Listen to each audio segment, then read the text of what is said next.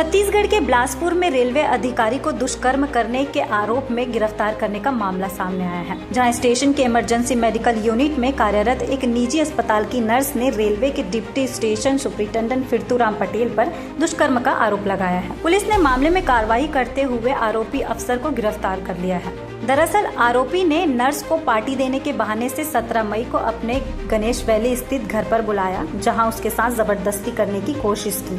दुष्कर्म की शिकार हुई नर्स शुरू में समाज के डर से चुप रही, लेकिन मानसिक तनाव बढ़ने पर आखिरकार 10 दिन बाद उसने अपनी बीती परिजनों को बताई।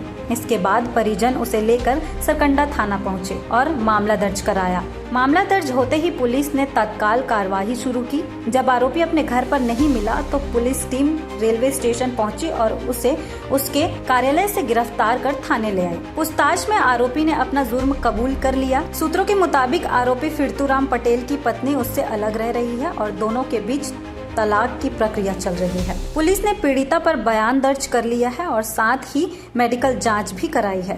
पुलिस का कहना है कि आरोपी के खिलाफ साक्ष्यों के आधार पर आगे की कानूनी प्रक्रिया पूरी की जाएगी। यह पूरा मामला सरकंडा थाना क्षेत्र का है।